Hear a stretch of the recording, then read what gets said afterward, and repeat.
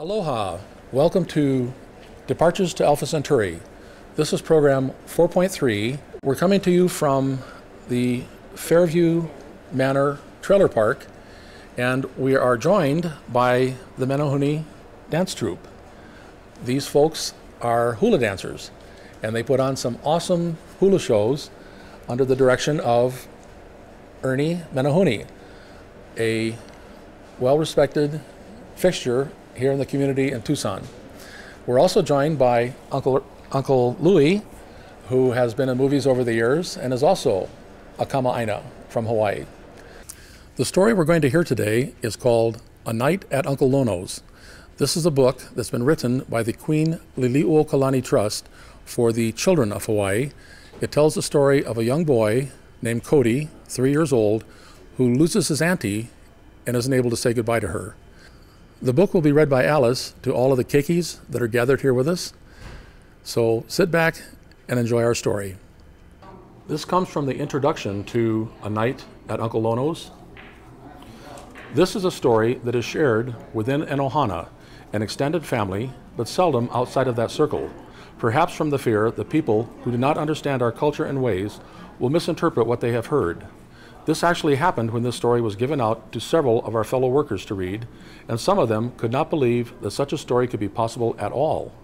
This reaction has been sad and heartbreaking because it means that the cultural experiences of our ancestors are slowly being forgotten as our own, especially as part of our imagination. I'm Riley, I'm 12 years old, and I'm going to 7th grade. I'm Destin, and I'm 11 years old, and I'm going to 6th grade. I'm Sarah, I'm 14 years old, and I'm going into 9th grade.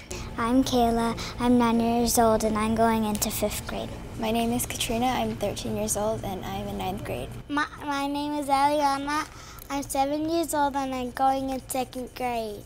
My name is Innocencia, and I'm 12, and I'm going to 6th grade. My name is Abriana, I'm 7, and I'm going to 2nd grade. My name is Maricela, I'm 14, and I'm going into 9th. Hi, my name is Jaylyn. I'm 15 years old and I'll be a sophomore. My name is Keisha. I'm 16 and I'm a senior. Hi, my name is Uolani and I'm the parent of the reader, Alice.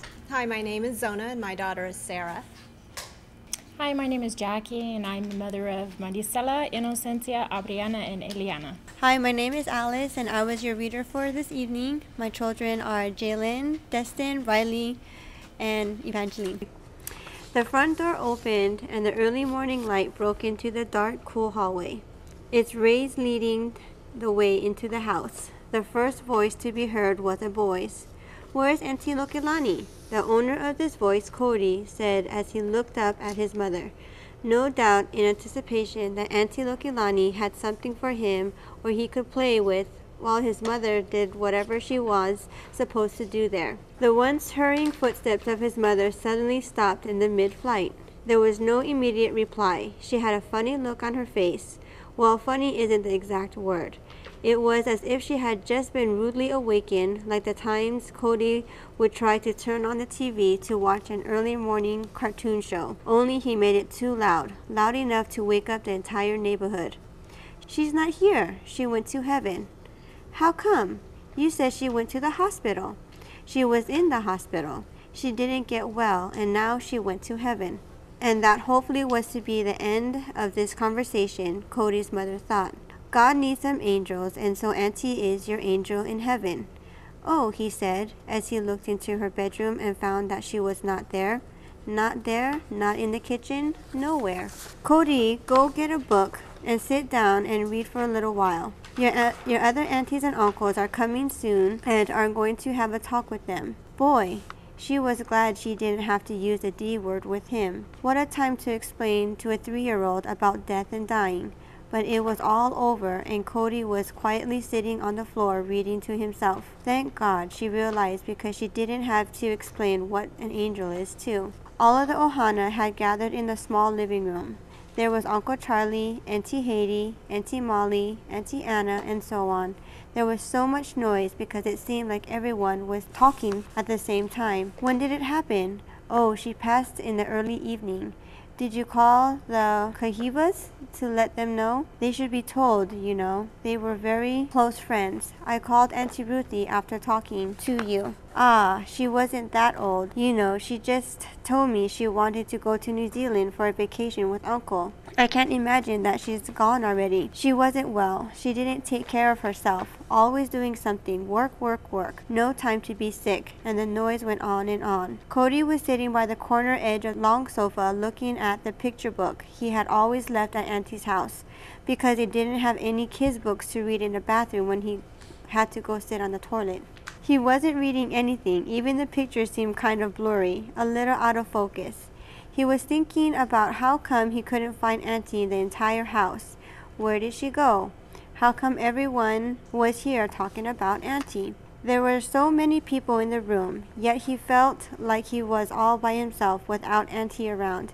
He felt like there was nothing inside of him, almost like the times he was hungry, only he wasn't hungry at all. He suddenly got up and scooted across the room, right in the middle and in front of all the grown-ups talking to each other. Cody ran as fast as he could until he got into Auntie's room. He ended crashing down next to her bedside and his eyes were welling up with water. He cried many times before, but that was when he fell down, bumped his head or on the table edge, or was playing naughty and his daddy gave him a whack on the okole. This was different. He was crying because he missed Auntie Lokelani. Cody's sudden departure from the living room was noticed by everyone. All the noise stopped as it was the first time that perhaps all or most of the grown-ups there had even noticed the little boy. Oh, what's the matter with him? Did you tell him? What do you think? What was I going to tell him? I completely forgot about it until we got into the house. I said Auntie went to heaven, okay? I wonder what he was thinking. Is something wrong? Maybe someone should go check up on him. One of the men in the room got up off the sofa and said, I'll go and see what the little Kama is up to. They all watched as he went down the hall towards the bedrooms, and then they went back to talking again, as if this problem was all over. The bedroom door slowly opened, and the light from the other rooms and the hallway flooded the dim morning light in the bedroom. Cody didn't look up to see who had come to check up on him. He was lost in his tears, thoughts, and sadness. Kama, you okay? It was a stupid question, but at least the little boy would know that he was concerned and loved him. Can I come in? Cody was still fighting his tears, but he shook his head as if to say, I don't know and I don't care. With the light filling up the room, the grown-up approached the bed and he could now see the little boy huddled by the side of the bed, nearest to the nightstand. He could tell that Cody had been crying. You've been crying. Come here. Helamai, to Uncle Lono. Kama. The grown-up sat at the edge of the bed, on top of the bright red flowery pattern of the quilt on top of the bed. Cody's eyes now were wide open. No one was supposed to sit on top of the bed and on top of Auntie's quilt. Oh no! He got up and rubbed his eyes and then walked over to Uncle Lono. Uncle Lono extended out his hand, which was so big compared to Cody's. He took hold of Cody's and grabbed him up onto his lap and said, I don't think your Auntie Loki would mind if we sat on her bed at her kapa. And holding on to the little boy, he said into his ear, Do you miss your auntie? The boy looked up at his uncle and replied, Uh-huh. Would you like to go and see her again? Would that make you happy again, Kama? The boy was a little puzzled after all. He couldn't find his auntie in the house. So where did she go? His uncle sensed this and said to the boy, Your mama's right. Auntie has gone away and maybe she should have said goodbye to you before she left. So if you and I go to see her again, you can say goodbye to her, okay? Now you go back into the parlor and ask your mommy if you can stay with me overnight. The little boy was excited with the thought that he could stay with Uncle overnight. He zoomed back to where all the grown-ups were still talking and found his mother. Uncle Lono wants me to stay overnight with him, can I? This stopped all the grown-ups from talking and they looked at his mother. She turned to one of the older women and asked, What do you think? No pilikia with me. He was probably fed the kid pizza or some other junk food. Your baby's too small for Hawaiian kind food. But you know, your Uncle Lono, well, he's always been different from the rest of us. Yeah, it's okay with me. The others around the room nodded in agreement after hearing what she had said. I don't know what's gotten into him for wanting the kid overnight, but maybe he can talk to the boy. You never know. They are kind of the same way, and it could give you some time out for that matter of all of us too. Go tell your uncle it's okay, but he has got to get you ready early Sunday morning for church. Cody was almost in the bedroom before his mother had finished that sentence. After all the talking was over, everyone slowly left to go home, and so Cody and Uncle Lono left too. Cody loved to go to Uncle Lono's house. There were so many neat things all around the place and a lot of books with bright and colorful pictures. After dinner, the two of them sat down and watched a little TV. It was getting dark and Uncle Lono turned the lamps on to the house. The glow bounced off the walls, the shelves of books and magazines, the large glass frame pictures on the walls, and all the furniture in the room. When the TV shows was over, Uncle Lono had returned to the room. He had left to fix the bedroom for Cody to go to sleep. It was getting close to bedtime already. He helped Cody put on his pajamas and then brushed his teeth. He liked brushing his teeth at Uncle's because there was no yucky toothpaste, just plain pa'akai. Then Uncle Lono put Cody on top of the big bed and said, "Well, Kama, I promised you that we were going to visit your auntie." Cody suddenly remembered that's what he was supposed to have done today. He had forgotten it until now. "If you want to see your auntie, you have got to be good and listen to what I have to say," his uncle said directly at him with a very serious look. "We are going to visit her tonight. You hold on to my hand and be very quiet, okay? Don't say anything until I say it is okay. And don't be afraid of anything. I am going to be right next to you, okay, Kama?" The little boy looked up at his uncle and shook his head to say okay. They lay down on the bed on top of the sheets, and his uncle turned off the light next to the bed. In the stillness of the evening, Cody could see his uncle next to him and all the things in the bedroom, as a faint moonlight replaced the glow of the bedroom light. He held on to his uncle's hand. He could barely grip the whole hand. It was so big. So he held on to the thumb and some of the fingers. He could hear Uncle's voice saying something in the dark. It was more like he was singing. Cody could barely make out what Uncle was singing about. It wasn't the words his mother or anyone else used, but only Uncle spoke. Those were the words that Uncle Lono liked to talk to the little boy when they were all alone. It was all in Hawaiian. The words had a beautiful rhythm and sound that made Cody sleepy, and after a while it seemed like he was asleep. Cody knew that he was asleep because he could see himself on the bed next to his uncle, still clutching on to his uncle's hand. It suddenly dawned on Cody that he was looking down at himself. He was frightened and he was about to cry when he heard his uncle's voice. "Don't be afraid, Kama. I'm right next to you. See, you're still holding on to me." Cody turned around and saw his uncle was next to him. He was so scared that he grabbed onto his uncle, hugging him tightly. "You hang on to me now, and remember, don't cry or say anything yet, okay, Kama?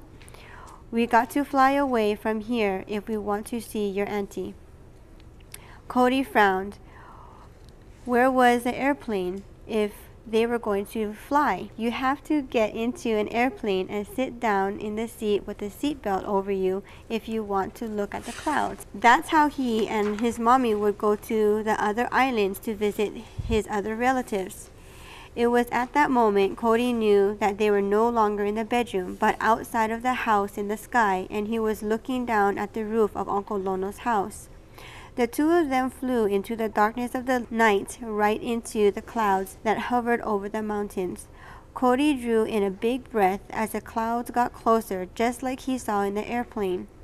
They were big and puffy and floated so gently in the air, ever so slow to change their shape. Soon they were surrounded by clouds, and then they were above them.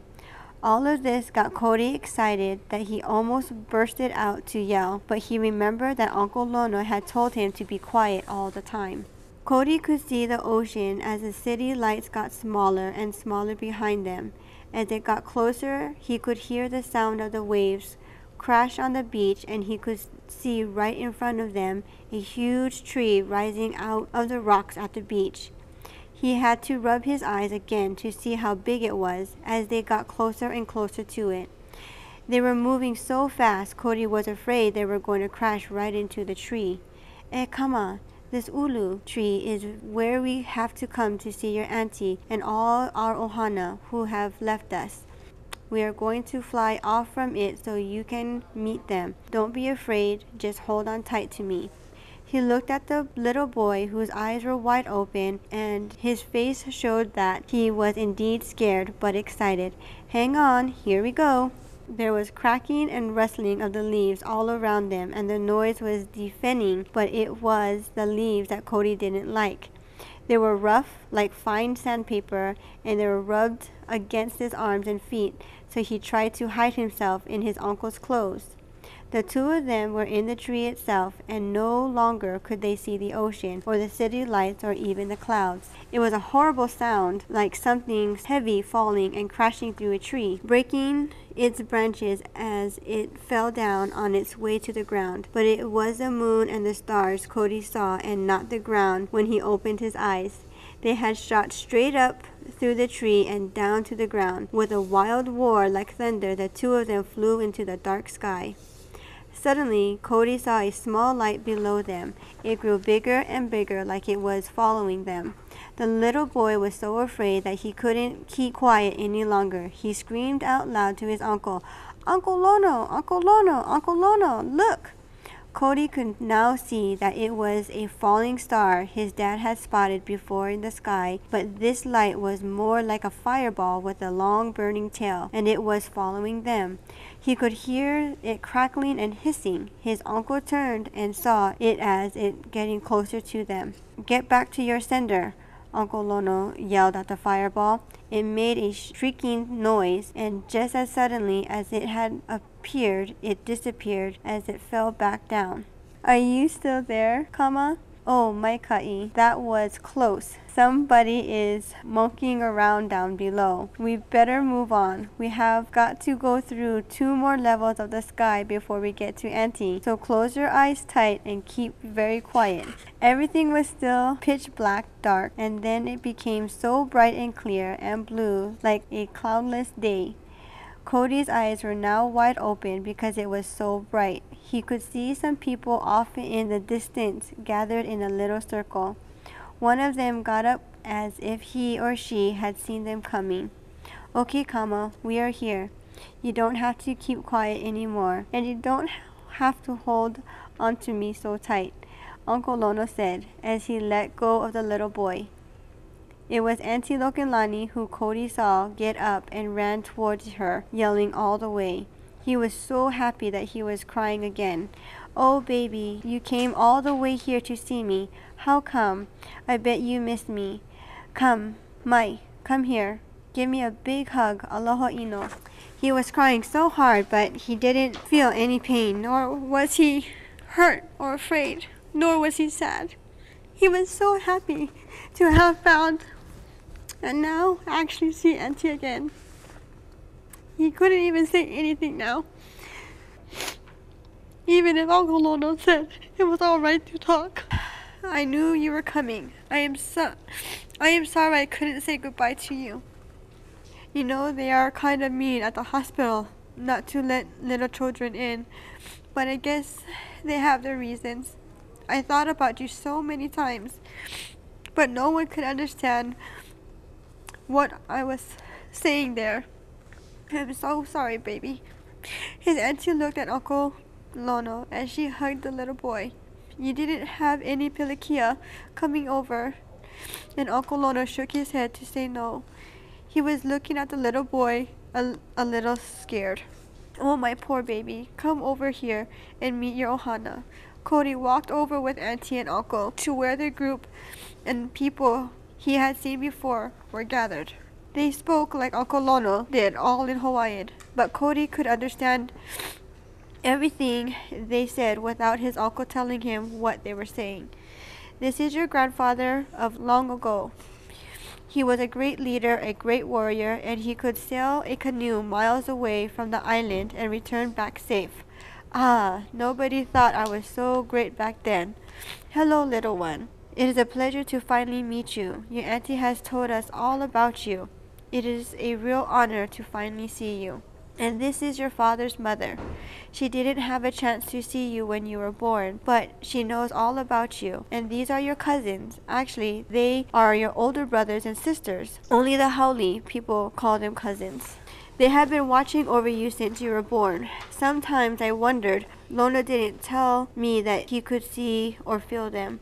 Uncle Lono nodded his head to say yes. You remember, baby, when you fell into the swimming pool and you popped right up, then Mommy ran over to get you. Didn't you feel your cousins holding on to you? They were there. Well, maybe later on you will understand. Uncle Lono cleared his throat, making a loud noise. Oh, baby, you have to go home now. You can't stay here with us yet. It's not your time. There will come a time when we can be together again. But for now, you can remember us and this moment together, okay? You know your mommy and your other uncles and aunties have all been worried about you. They don't know that you really have missed auntie so much. Now that Uncle Lono has brought you here, will you let your mommy know that you are happy and not sad, please, baby? Cody softly said, yes, auntie. He was beginning to be sad again because he would have to leave all the wonderful people. When you go back home, Lono, you tell his mother that kapa you sat on is going to be his. I know some of our little ohana would like it for themselves, but that belongs to this boy, okay? She bent down to look directly at him and said, I want you to have something that was dear to me so that it will be easier for you to remember me, baby. When it gets cold, you roll yourself up in it and feel how warm we are together, you and me. And you ask your mother how to keep it clean so you can keep it forever. Now you know why we don't let anyone just sit on top of it. And Lono, remind those relatives of ours to behave well. If they don't, we come back to visit them too. You're not the only one who has a ticket to fly back and forth, you know. Uncle Lono laughed and shook his head in agreement. That's not easy. You know your sister and her good-for-nothing husband. And then there's cousins, so and so, who wants to get rich and famous overnight. Well, maybe it will be nice having some company once in a while. It does get a little lonely living by myself. Unless this one stays over, then being alone is such a beautiful thing. They both laughed. Uncle Lono grabbed the little boy and held him in his arms. It was time to go home, but before they could leave, someone said, Wait, I want this boy to have a gift, so he will not forget all of us here. Let him have my name. There was a gasp of air that sounded like, huh? And she said, no, no, no. Maybe you should wait until he is older. He would not understand. No, I have made up my mind. He will be Kalekupua. I know, I can see it already. If you so wish, said Uncle Lono, he will be given your name. I will be responsible to give it to him when we return home when he is of the right age. I will tell him all about you. He may not remember this at all. I remember you from what my great-grandfather told us. It is a great honor to finally meet you. That name has not been used for so many generations, but there are still some of us who recall the great things you did, and this boy will be the next. Uncle let Cody down and said, Go over to your grandfather and touch your nose to his like the Eskimos do. Cody looked at his uncle as if to say, why? But with a pat to his okole, Uncle Lono set him over and Cody did exactly what he was told to do. He saw a tear come down his grandfather's eye and fall down his cheek. Why are you crying? Because, little one, I am so happy. You have brought life back to me. One day you will understand. And his grandfather took a deep breath and breathed on to the little boy. Cody felt a gush of wind all through him as the breath entered into him and went down him until it reached his toes. And then it stopped there. Uncle Lono grabbed the little boy again and said, Say goodbye to everyone. We have to go before it's too late. Throw a kiss to Auntie. Okay, we go, Kama. Do we have to go through that awful tree again, Uncle? No, Kama, it's not all that bad, but we are going to take a shortcut this time. We have to get back home because your mother wants you back by early Sunday morning. When Cody opened his eyes again, they were leaving the big puffy white clouds. The moon was still up in the sky, so bright because it was near a full moon, and there were all these bright and beautiful colors surrounding them. They were all the colors of the rainbow, and they took the two of them right down to Uncle Lono's house. Cody could see why his uncle was in such a hurry. He could make out some of the houses and streets down below because the light of the dawn was slowly appearing. Yes, it was still dark, and the noise of the crickets was faint, but the dawning light was emerging. Soon it will be sunrise and the start of a new day. Kama, wake up, you sleepyhead. We got to eat breakfast and get ready before your mother gets hoo-hoo at me for keeping you overnight, his uncle said, standing beside the big bed. Uncle Lono opened up the drapes and the sunlight burst into the room. Cody was tucked inside the sheets and a kapa, and he could smell the eggs and bacon frying and all his favorite foods like homemade waffles being cooked in the kitchen. He rubbed the maka pia pia out of his eyes and slowly got up. He was so tired. It had been such a long night, and he could only remember bits and pieces of a long, long dream. During breakfast, Uncle Lono did most of the talking while Cody ate. Do you remember anything from last night, Kama? And the little boy kind of nodded. Well, one day it would all return back to you. You know, it isn't your time to be with Auntie yet. One day, I hope a long time from now, you will go to where we went and you will find her and me and many more of our ohana waiting for you to join us. Why can't I be with all of you? He was trying to say that he loved them all and didn't want to miss them again. Look at the coconut tree outside in the yard, Kama. When is a coconut ripe? Do you see me go climb up that tree to get ripe coconuts? No, huh? We go out on the grass and pick them up when they fall down. When they fall down in their own time, okay? You will know when it's your time, believe me. You will know it's just like that coconut out there. You see that one way up there? It's not ready to fall down for a long time too, just like you. And it's just as hard-headed too, just like you. His uncle thought, but he didn't say it. Now, you better go get dressed for church because your mother is coming to pick us up. They are going to bury your auntie this morning at the church, so go get cleaned up. That was a funny thing for him to say to a little boy, knowing full well what they had been up to and where they had just come from. It just didn't sound right for some reason, but he let it pass on. There were so many people at the church. Some were crying, most were talking. Everyone was dressed up and there were flowers all over the place. Everyone was hugging each other and milling around the church. I wonder what you and the little boy were up to in a hurry. Came back on the broken pathway, huh? And so what? So you saw us on that rainbow, huh? What were you doing up so early in the morning, Tita? How was your daddy? Didn't see him. He must have moved on. Sister was there and some others. You remember the story of Kale Kupua? He was there. I got to meet him. You know he gave that Kama his name? This time, did you tell St. Peter where you went hid his keys?